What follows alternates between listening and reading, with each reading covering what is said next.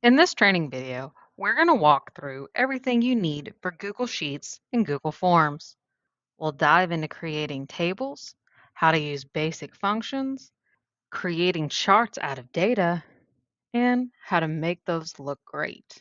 And then once we've conquered Sheets, we'll pop into Google Forms and how we can collect survey data and information to best suit your needs and to export that into a Google Sheet. Let's get started. Now let's begin our introduction to Google Sheets. Just like other Google Workspace applications, we can access Sheets from the waffle. Once you get into your Google Sheets, you can open a blank spreadsheet or view your most recent ones. Google Sheets is a great way to organize data, project tracking, assignment tracking, or organizing your ideas. Let's go through a Google Sheet that I've already started. In this Google Sheet, I've begun entering information for the training topics that have been requested from different teams. I want to make this look a bit better. The top row should stand out, as these are the title or the headings for my data. I'm going to make this bold, change the font size. I also want to align them to be in the center. Hit align and center. As you can see in B1, the heading of this column does not fit in the full cell. I'm going to select to wrap the cell or text wrapping. I'm going to select both of these and then click on text wrapping. Wrap text. Wrap text is a feature in Google Sheets that automatically adjusts the row height to display the full contents of the cell. This means that the cell adjusts to display the full cell content and nothing is spilling over to other cells. I now want to select vertical align and have the headings in the middle of the cell. If I want to make a cell wider or smaller, I will simply put my cursor on the line on the cell and scoot it over. So now the columns are wider. I would like to center all of my information. I also want to enter a total. I want to know how many trainings were requested. To do so, I'm going to first type the equal sign and then sum because I want to know the sum of all the cells. We can see that Google Sheets automatically collects our information because we're going to go from B2 to B14. Click on that, and then automatically it will create that sum for us. So we now know we have 122 requests. When viewing your data, you also may need to sort and filter. To do so, we're going to highlight our columns that we want to add a filter. After selecting the filter, we can now see that there are a filter on our heading columns. By clicking on it, we can now see how we can sort our information. If I want to see only the people that requested Google trainings, I can select clear to remove the checks and then scroll through and select the ones that are not Google related and then hit OK. I can now see these are the trainings that are not Google related. To clear that, I'll just select the filter again, clear, select all, and OK. If we'd like to sort by training and see the most requested trainings first, select Sort Z to A, and then we will see this was our most requested training, and we have one for Other, which was the least requested. To remove the filter, highlight your cells again, and then click the filter. Now let's really have this stand out. We've selected our data, and now I'm going to head to borders. When you click on borders, you can select if you just want an outer border, all border, or inner borders. I would like all borders. After clicking that, we can now see the border for each cell. I'm going to fill the color for this cell here. I want to make this green just a bit lighter. By adjusting the cell color and the font size, and adding borders, we can really make that data pop. Let's make this data into a chart. I'm going to copy my chart, go to Insert, Chart, and we'll now see this chart editor box over on the right. We can have this as a pie chart and see that most people did request Google Drive, or we can select to have different charts, such as a bar chart where the bars can go horizontally or vertically. As we make adjustments to our data, we will see that the chart automatically updates. To edit the chart, right-click and you can change the chart. We can change the style again, where the editor opens up. To change the title, click on the title, type in your new title, and then you will now see that on your chart. If we want to change the color of the bar, we'll select Series, Fill Color, and then select the color we want to see. To resize the chart, select the corners and drag it to the desired length. Just as in other Google Workspace applications, you can share your sheet. When you select Share, you will see all the people that already have access to your document. At any point in time, you can select the drop-down, change ownership, remove access, or the access that they already have.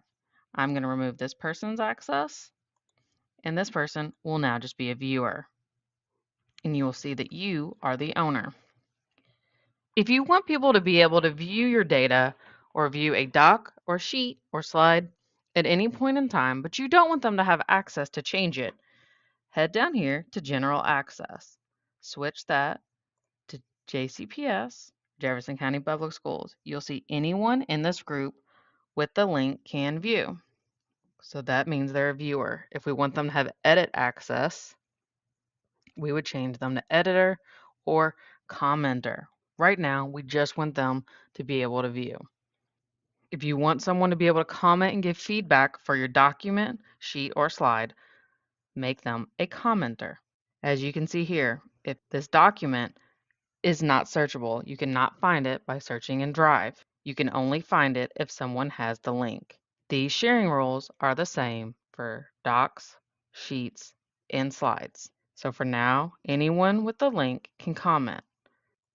I'm going to select copy link, and I'm going to send this in a Google chat to my colleagues to view the data. And then I'm going to select done. To collaborate in Google Sheets, you can share out your sheet. As you share and make your sheet editable for other people on your team and colleagues, you will see when they are in a cell their name along with a highlighted cell. Each person will have a different color. This way you can see who is making what adjustments in real time. Now let's make a new spreadsheet to help organize an event. In our A1 cell, we're going to type in end of the year party. It's also what we will title the spreadsheet. This time, instead of wrapping this header, I'm going to merge and center. What this means is I'm going to select 3 cells and combine that into one big cell and then center the text. So I'm going to select the 3 cells that I want to merge together, and then I'm going to head over to merge cells. You can also, by selecting the down arrow, you can merge horizontally and unmerge the cells. And I've also centered that text. Now we're going to make it bold and increase the font. I'm now going to create a large sign-up sheet to know what people are going to bring to this party. Since what you are bringing spills over, we can wrap the text or select the 2 and merge the cells. Let's adjust that color. I forgot to add a column allowing someone to RSVP.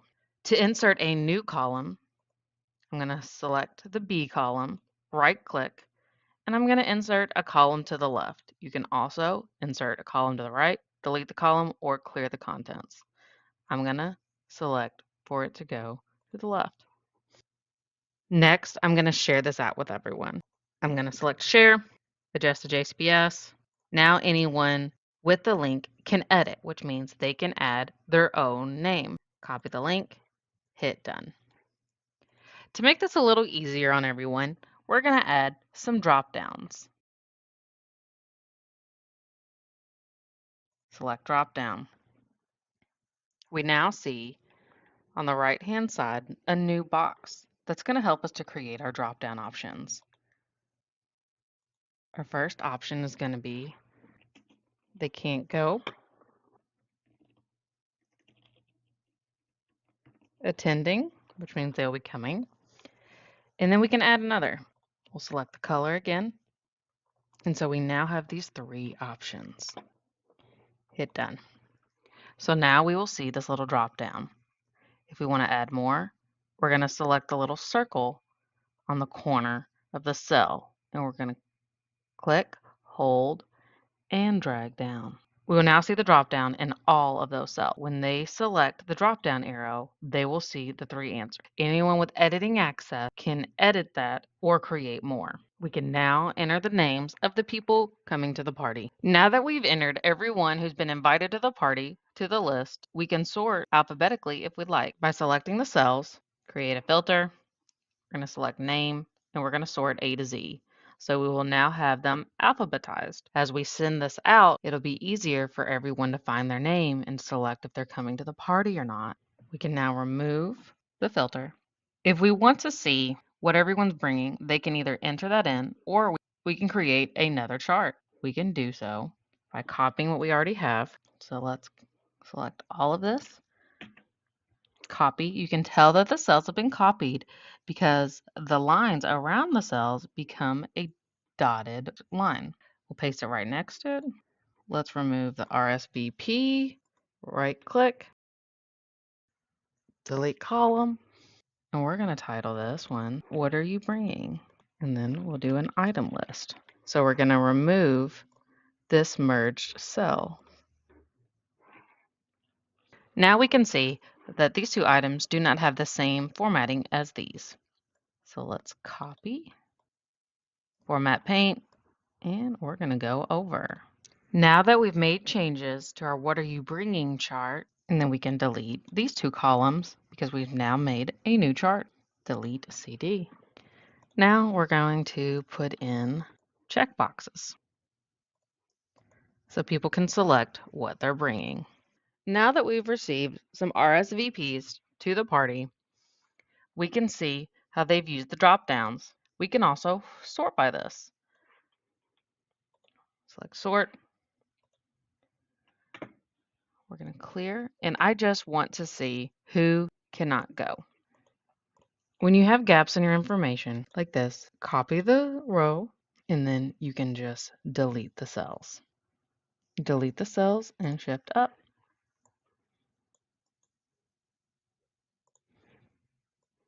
Delete these and shift up. We don't want to select to delete the entire row because if we did, that would delete everything in A, B, C through on, instead of just the empty cells we have here. Google Sheets is a great way to organize a lot of information at one time. When I was a bookkeeper, I would use Google Sheets to organize my POs and the items I've ordered from my location. And I would create a database like this. I would have my vendor name, number, the items I ordered, the number of items total, my PO number, the date that the PO was approved by purchasing, when I actually received the item, and if I received that in Munis, along with any notes.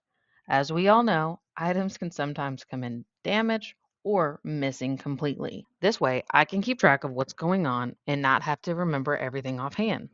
To make my worksheet look like this, I use the same tricks that we just learned, such as filling the cell, setting the vertical align to middle, the horizontal alignment to centered, and wrapping the text.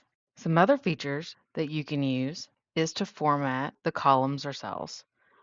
So I'm going to select these cells, go to Format, Number, and now Date.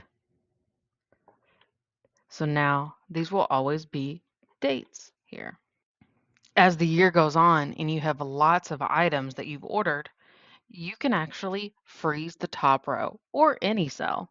So we're going to select this one because that is the row that we always want to see no matter how far we scroll. So after we select the row, we're going to go to View and then Freeze and then one row. You can do this with columns as well. As we click off of this row, when we scroll, no matter what, we will always see our headers. Again, you just select the row or column, View, Freeze, and then how many rows or columns you would like to freeze. We can also share this with our colleagues. I like to share my orders with the school secretary and my principal.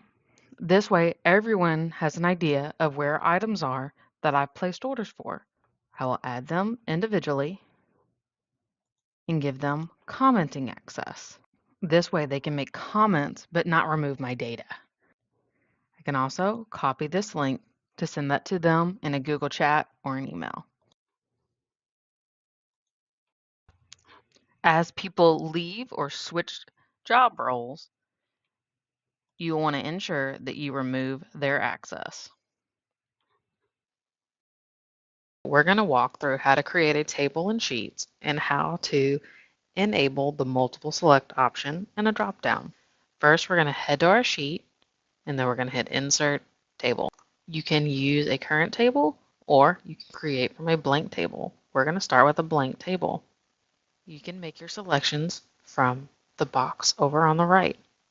As you scroll through, you can see that there's different options for project task, event planning, project management, inventory, team planner, and so much more. Once you're done with the box, just hit the X. This table, we're going to call it Field Trips for 24-25 because we're going to use this table to help us manage the year's field trips. We're going to call the table the exact same thing. Keep in mind that the title of the table cannot have any dashes in it. Now let's start with managing our table. I'm going to hit this drop down first.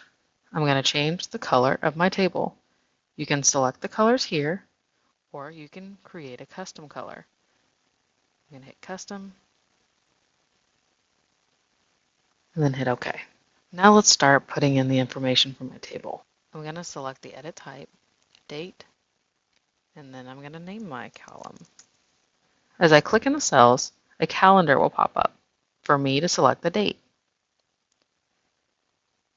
If you have a date you don't need, just backspace or delete and you're all set.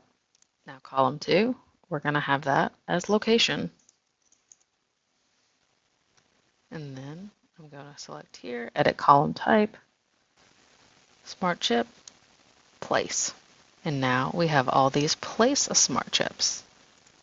I can just start typing Louisville Zoo.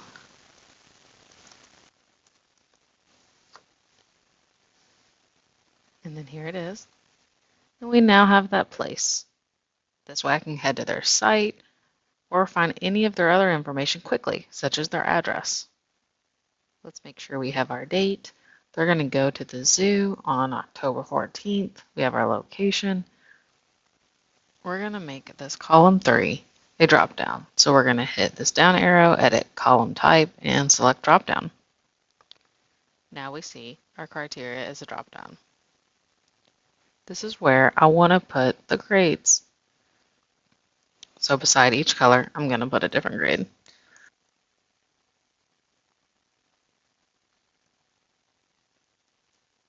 Ninth grade.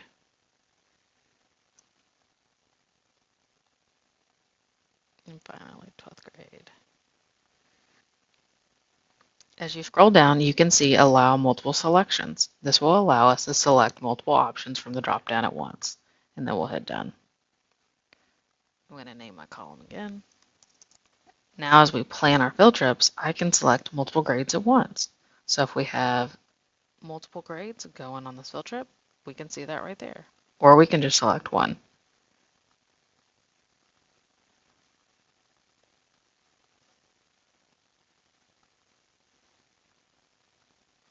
And you can always go back and adjust. Let's say on this field trip, there's actually going to be multiple grades. You can go through and select that.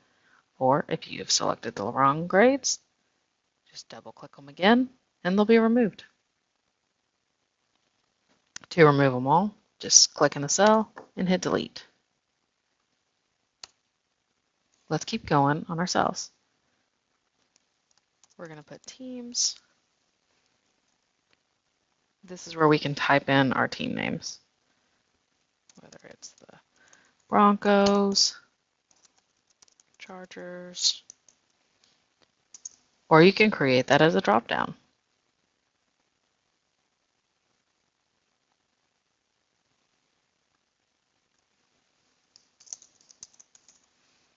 but then you would have to have an option for every single one. You can leave them the same colors if you'd like as well. If you want to be able to select multiple options from the drop-down, you need to allow multiple selections and then hit done. For our column 5, we're going to do time. We'll hit the drop-down, edit column type, scroll down to date, and then select time. And then we're going to do this again. Edit column type, date, time, and this is going to be return. So even though the cells look blank, we're going to click in here and we're going to put our times in. Now that we have our table with some data, let's look at the things we can do. First, we can hit this drop down and then we can group by column.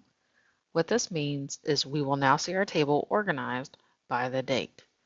So we can see that on October 24th, we have 2 field trips for multiple grades. And the table also put the dates in order for us. Again, this is what it looked like, where the dates were not completely in order. And if we hit the drop down, group a column, we'll see the dates are now in order. You can save this view, or if you don't like it, hit the X. You can do this with location as well. Group by column, we can see that there are 2 field trips at this location on these 2 dates. Now let's take a look at organizing our table by grade, group by column, and we can see every time that the same grades are going on a field trip. So 6th and 7th are going on these 2 field trips together, and then this is 10th and 11th, 10th, 11th, 12th, and so forth. You can also do departure time or return time as well. These are all the field trips leaving at 8, 7, 9:30. Now let's walk through some of the basic functions we can do in Sheets and our tables. In my Google Sheet here, we have the candy cells for our basketball teams. We have 3 different teams. The rows and columns represent the names of each student and how many candy bars they sold. Now let's find the totals. Just as we've seen before,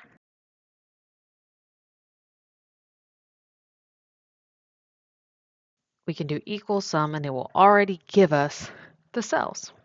Then we can copy, paste, and paste again.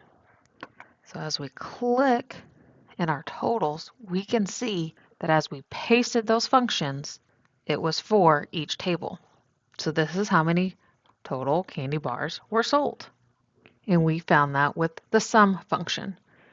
Now let's find an average. So we can do that by typing in average here. We'll do equals and then just type in average. And as we see, it pops up right here in our cells. The average amount of candy bars sold was 92. Again, we'll copy. We can paste it. And then you can always check it. So we want to make sure that it goes from H5 to H16. So let's check that out. It didn't go there, so we'll try again. We can just clear that out. Equals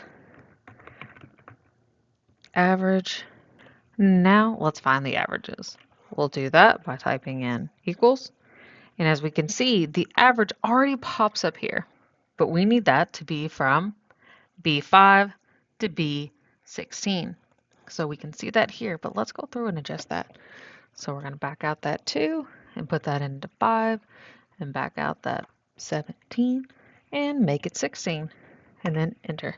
Then we can copy and put that right there. And then you will see that it's now from E5 to E16. And again, to get those averages equal, type in the word average. You can either type in a parentheses and type in the cell name such as H5, or you can click.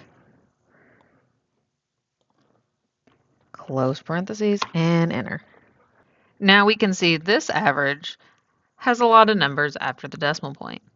So what we can do is head up to Format, select Number, and then select Number again. This is going to round this average number, but we now see that we have two numbers after the decimal point, and we don't want those anymore. So we're going to hit decrease, decrease, and now their average is 90 because you can't sell a point of a candy bar. And we'll do that again over here. Decrease.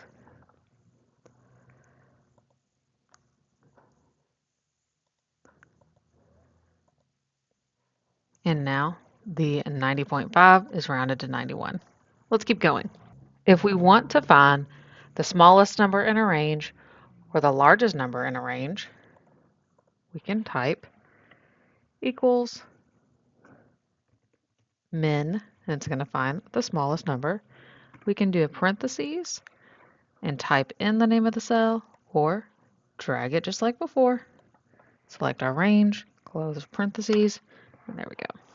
For that, we can type in least sold.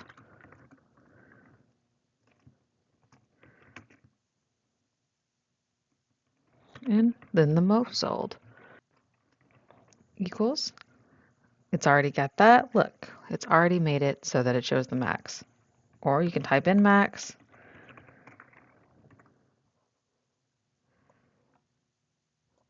Select our cells, close the parentheses, and enter. We'll grab these, copy, paste, and paste. So we now know the totals, the average, the least amount of candy bars sold on this team, and who sold the most. These are some of the basic functions that you can do in Sheets. As you continue to learn about Sheets, there's a lot more functions you could get into. We will now go over how to create, share, and some features of using a Google form. Creating and sending a digital form is a way to gather information and opinions from a large group of people quickly and easily.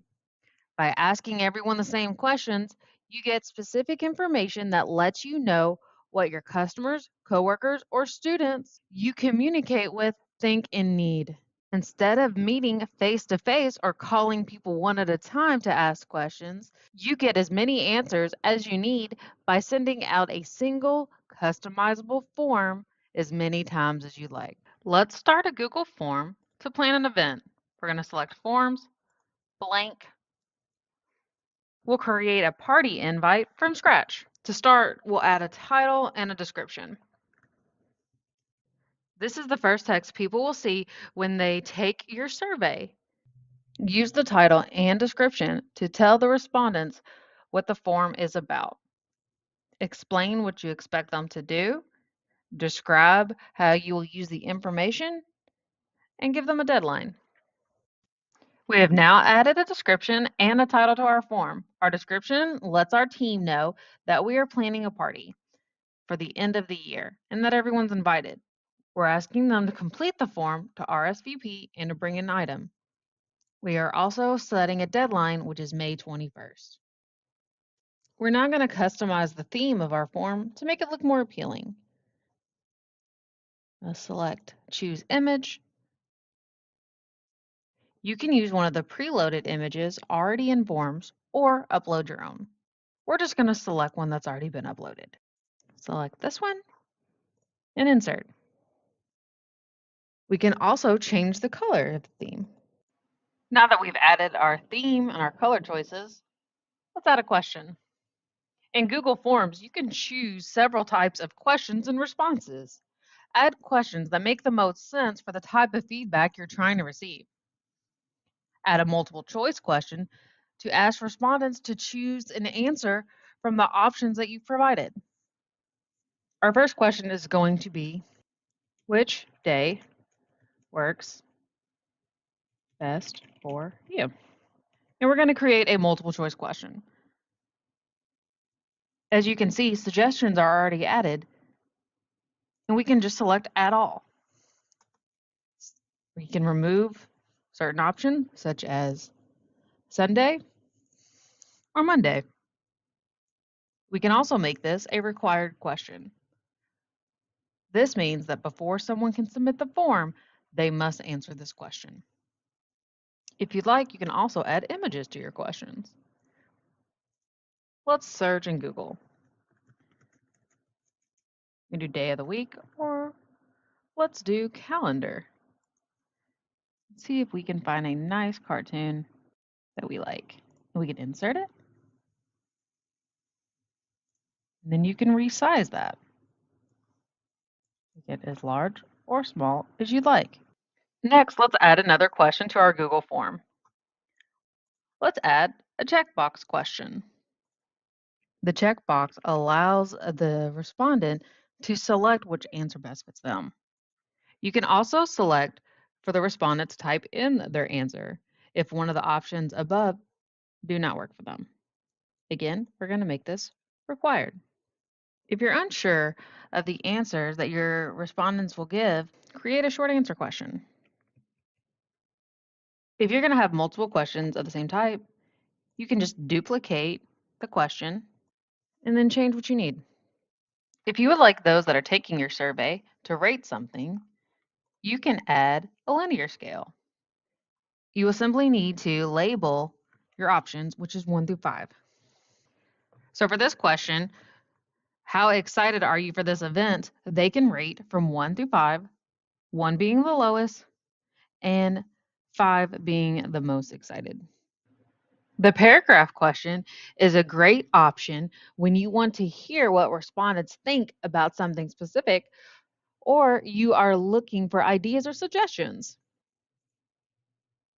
For this question, we are going to ask, how can we make this event special? This is going to allow everyone to create a long answer. When entering multiple choice questions, Google Forms has the option to go to section based on answer. The Go To section based on answer in Google Forms lets you send people to different parts of the forms based on the answers, making the surveys more personalized. Now for our question, what item or items will you bring?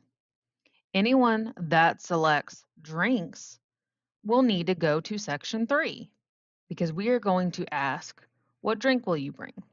We will do the same with dessert. Anyone bringing a dessert will need to go to section 2 so they can enter what dessert they will be bringing. Anyone bringing chips does not need to continue the form. They can simply submit the form. We will have the same option for anyone that enters salad or that writes in their answer. Once we have completed entering questions and answers, we can select the eye to preview what our form would look like. This allows us to view the form and answer the questions as if we were a recipient. We can see which questions are required and which are not. Now let's walk through sending your Google form. Up on the top right, you should see a Publish button. This has been updated. This was an update done by Google recently. If you've made forms in the past, you would see that it said Send. So we'll click on the Publish button, and we can send it to certain people or just send it to everyone. If you want to send it to certain recipients just to get their response, you would hit the Manage and type that in.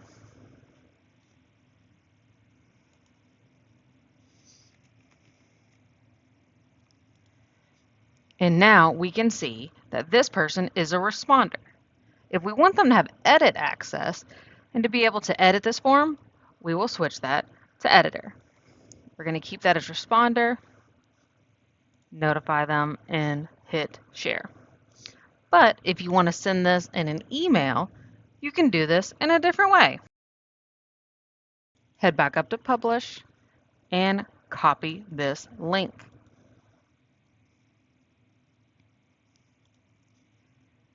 So again, copy responder link. I always like to shorten my links. Copy, and I can send that in an email or chat. And whoever has that link will have the ability to respond and answer the questions to the form. Then I'll hit save, and at any point in time, I can go back to publish. This is also where I can make the adjustment of accepting responses. If it's highlighted and toggled on, people can complete the form. Once it's grayed, they cannot. You can also edit the message. As recipients complete your form, you will see the responses in the Responses tab. You can select the three dots if you would like to get a notification every time someone submits your form. To make adjustments to the responses of the form, you will select Settings. Click on Responses, and here we can limit to one response per person. We can allow the recipients to edit their response, and we can also allow for them to get a copy of their response if they'd like. We can show a progress bar or shuffle the question order. Shuffle the question order might be great to enable if you have a quiz for students. You can also make all questions required by default in the Settings tab. As the responses come in, you can view the responses in different ways. You can view the responses as a summary to your questions. First, we can see who responded to our survey. If you sent a direct email of the form, you will see who you're still waiting on. As we can see, this one person has yet to respond to our survey. For our question, which day works best for you, we can see that 5 people out of 8 prefer Friday, 2 on Tuesday, 1 on Saturday. And as we continue to scroll down, we can see the charts that have been created for our questions. This information will also help you to adjust your questions. How many will be attending? We can see that some people entered a number and wrote out the number.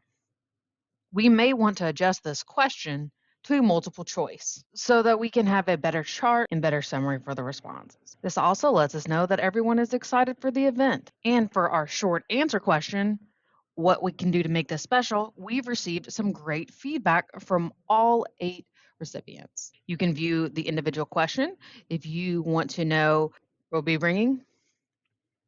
You can also view the individual question if you would like to see what items people will be bringing, whether they select 1 or 2 options. You can look and see what they've signed up to bring. Or by the end person. If we need to know what this person is selecting to do, you can select by that person. To view and work with the survey responses in different ways, we can export them to a spreadsheet. Click Link to Sheets, create a new spreadsheet, and this will be the title, and hit Create. Our responses are now in Google Sheets. Each row represents one person's response, and each column is one of our questions. You can make adjustments to your sheet to better organize your new data. As people fill out your survey, the data will be automatically added to the spreadsheet. Now that we've added a filter to our spreadsheet, we can sort by the days or how many people are attending or what items we're going to bring. Maybe we just want to know who's going to be bringing desserts. We now see these are all the people that signed up for desserts. We can send a group email.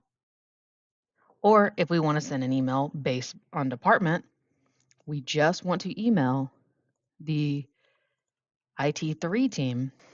We can now see who's on that team for us to email. Your Google form and your data for responses that is now in a Google Sheet will be stored in Google Drive, where you can access them at any point in time. If you would like to share your Google Sheet and data with a colleague, but do not want to add them as a collaborator on your Google form, you can select Share and then type in the name of the colleagues you would like to share this data with. You can add them as a viewer or editor, or you can simply copy the link and share that link in an email or in a chat. You can find this and other resources at jcps.me/TLC to visit our Technical Learning Center. Here, you can find our other PD offerings and view this and many other videos on the Digital Learning channel. Or simply scroll down, select Google for Education, and view all of our other Google Workspace or Google Classroom videos.